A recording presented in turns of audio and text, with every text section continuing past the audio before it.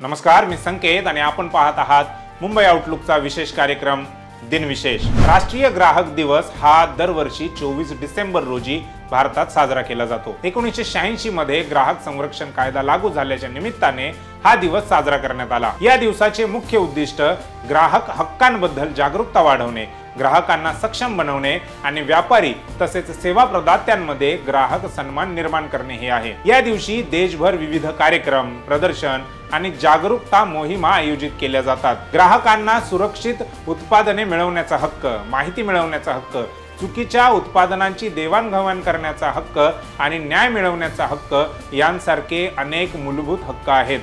अशातच या वर्षी केंद्र सरकार ग्राहकांसाठी जागो ग्राहक जागो जागृती अशा प्रकारचे ॲप्स व जागृती डॅशबोर्ड लॉन्च करणार आहे।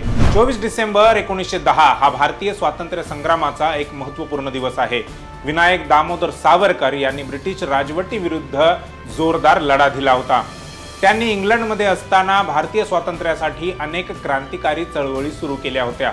ब्रिटिश सरकारला त्यांच्या क्रांतिकारी विचारांचा भय वाटत असल्याने त्यांना भारतात आणून अटक केली गेली आणि त्यांच्यावर देशद्रोहाचा आरोप देखील लावला गेला। सावरकर यांना अंदमानच्या सेल्युलर जेलमध्ये पाठवण्याचा निर्णय ब्रिटिशांनी त्यांच्या क्रांतिकारी चळवळींना चिमटा बसवण्यासाठीच घेतला होता। सेल्युलर जेल हे एक अत्यंत कठोर तुरुंग होते। येथे कैद्यांना अमानुष यातना देण्यात येत असत। सावरकर यांनाही या तुरुंगात अनेक कष्ट सहन करावे लागले। सावरकर यांच्यावर लादलेली ही शिक्षा त्यांच्या देशप्रेमाचीच परीक्षा होती। त्यांनी तुरुंगात असताना लिहिलेले माझी जन्मठेप हे त्यांचे आत्मचरित्र त्या काळातील त्यांच्या अनुभवांचे साक्षीदार आहेत। 24 डिसेंबर हा दिवस आपल्याला सावरकर यांच्या बलिदानाची आठवण करून देतो।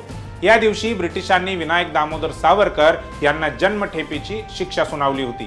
24 डिसेंबर 1999 रोजी काठमांडू येथून नवी दिल्लीला जाणाऱ्या इंडियन एअरलाइन्सच्या फ्लाइट 814 चे पाकिस्तानी अतिरेक्यांनी अपहरण केले। या विमानाला लाहोर आणि दुबईकडून अफगाणिस्तानातील कंदहार येथे नेण्यात आले होते। यात 178 प्रवासी आणि क्रू सदस्य बंधक होते। अपहरणकर्त्यांनी भारतीय सरकारला 3 अतिरेक्यांना सोडण्याची मागणी केली।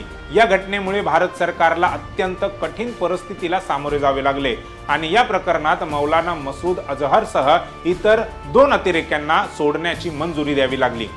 या घटनेमुळे भारत आणि पाकिस्तान यांच्यातील तणाव वाढला आणि आंतरराष्ट्रीय पातळीवर भारताची प्रतिमेला धक्का बसला।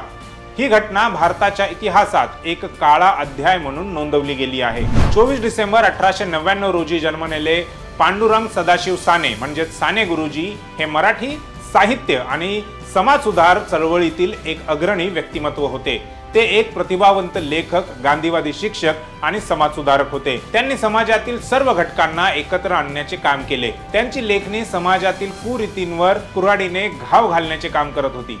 त्यांनी लिहिलेली श्यामची आई ही कादंबरी मराठी साहित्यातील एक अमर कृती आहे। साने गुरुजींच्या विचारांनी अनेक पिढ्यांना प्रेरणा दिली आहे आणि ते आजही मराठी साहित्य आणि समाज सुधार चळवळीतील एक आदर्श व्यक्तिमत्व म्हणून ओळखले जातात। साने गुरुजींनी आपले संपूर्ण आयुष्य समाजसेवेत आणि स्वातंत्र्य लढ्यात घालवले। अथक परिश्रम आणि आजारपणामुळे त्यांचे आरोग्य बिघडले आणि 11 जून 1950 रोजी त्यांचे निधन झाले। त्यांच्या निधनाने मराठी साहित्य आणि समाजसेवेच्या क्षेत्रात एक मोठा शून्य निर्माण झाला। 24 डिसेंबर 1924 हा दिवस भारतीय संगीत क्षेत्रासाठी खूप महत्त्वाचा आहे।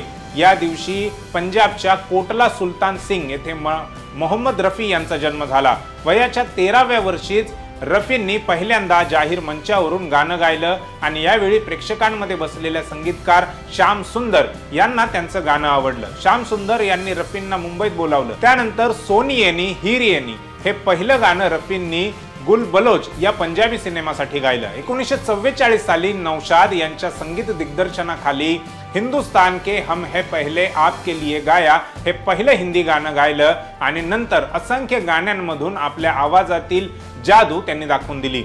आपल्या सुमधुर आवाजातून लाखो हृदये जिंकणारे मोहम्मद रफी हे भारताचे अत्यंत लोकप्रिय गायक होते। रफी साहेबांनी आपल्या करिअरमध्ये हजारो गाणी गायली आणि हिंदी चित्रपट सृष्टीला एक नवी उंची प्रदान केली। त्यांचा आवाज इतका बहुमुखी होता की ते कोणत्याही प्रकारचे गाणे सहजतेने गायचे। त्यांच्या गायनात एक अद्वितीय भावना होती जे प्रेक्षकांच्या मनावर छाप पाडत होती। त्यांच्या गायनामुळे अनेक चित्रपटांना यश मिळाले आणि ते स्वतःच एक ब्रँड बनले। संगीत क्षेत्रातील अनेक पुरस्कारांनीही त्यांचा गौरव झाला। 31 जुलै 1980 रोजी हृदयविकाराच्या झटक्याने आवाजाच्या जादूगराचं निधन झालं। त्यांची गाणी आजही लोकांच्या हृदयात घर करून आहेत।